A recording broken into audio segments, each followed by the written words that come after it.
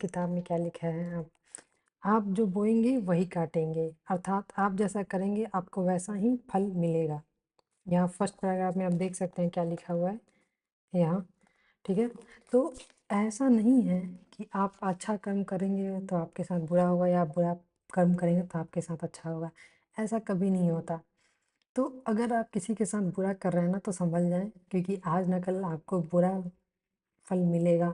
जैसे क्या होता है ना कि बहुत लोग किसी को रुला रहे होते हैं, तकलीफ दे रहे होते हैं, कोई ना कोई वजह होती है, और खुद चैन का नींद सोते हैं। तो ऐसा नहीं है, आज आप उस बंदे को रात भर रुला रहे हैं, तकलीफ में दे रहे हैं, छो रहे हैं, तकलीफ है जिस किसी को आपकी वजह से, तो आज ना कल भगवान ऐसा सिचुएशन क्रिएट करेंगे कि सेम आपके साथ होगा। वो इंसान के थ्रू नहीं, बट किसी न किसी के थ्रू ऐसा सिचुएशन आएगा कि आप भी रात भर रोएंगे। मतलब कुछ ना कुछ वैसा ही होगा ज़रूर, लेकिन होगा ज़रूर, क्योंकि ऐसा नहीं है कि भगवान छोड़ते नहीं है कभी किसी को।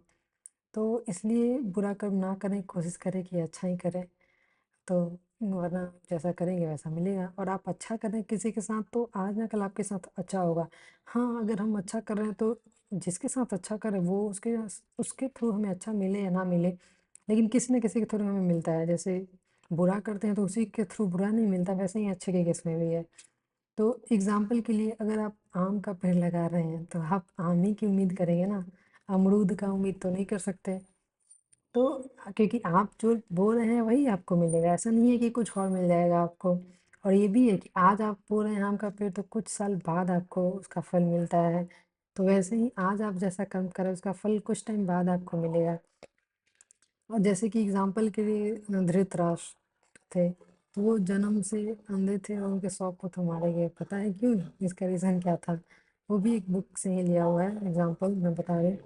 तो क्या था ना, वो 50 जन्म पहले, 50 जन्म पहले वो एक पेड़ पे ना जलता हुआ जाल फेंक दिए थे, जिसकी वजह से कुछ चिड़िया अंधी हो गई थी और 100 चिड़िया मर गई थी।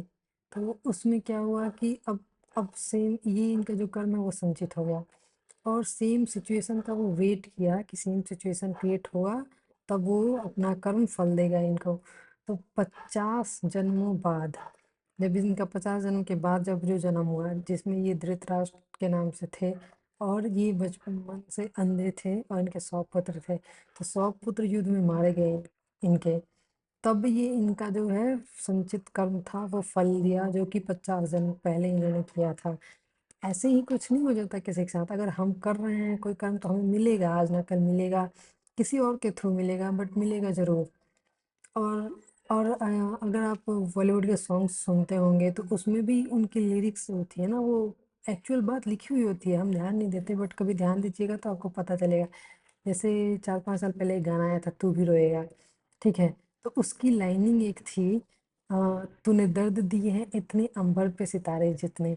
मतलब सोचो कि किसी ने किसी को कितना दुख दिया होगा कि वो ये लिख रहा है कि अंबर पे सितारे जितने, मतलब इतना दर्द किसी को मिला होगा।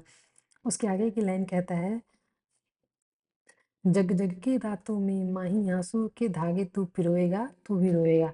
मतलब अगर आपने किसी को इतना ज़्यादा तकलीफ दिया है कि वो इतना रो रहा है, तकलीफ में है, तो और आप चैन की नींद सो रहे हैं, तो ऐसा नहीं है। आज ना कल आपके साथ सेम सिचुएशन सिचुएशन आएगा और आपको भी वो दर्द तकलीफ झेलना पड़ेगा।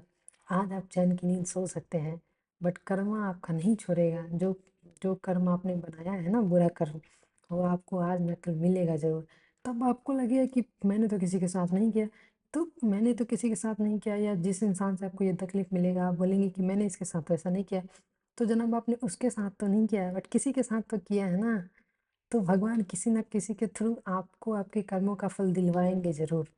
इसलिए कोशिश करें कि किसी के साथ बुरा ना करें, अच्छे इंसान बने, अच्छे कर्म बनाएं, ताकि आगे का अच्छा हो सके कम से कम। तो बस आज के लिए इतना ही, यही बताना था। Bye, thank you.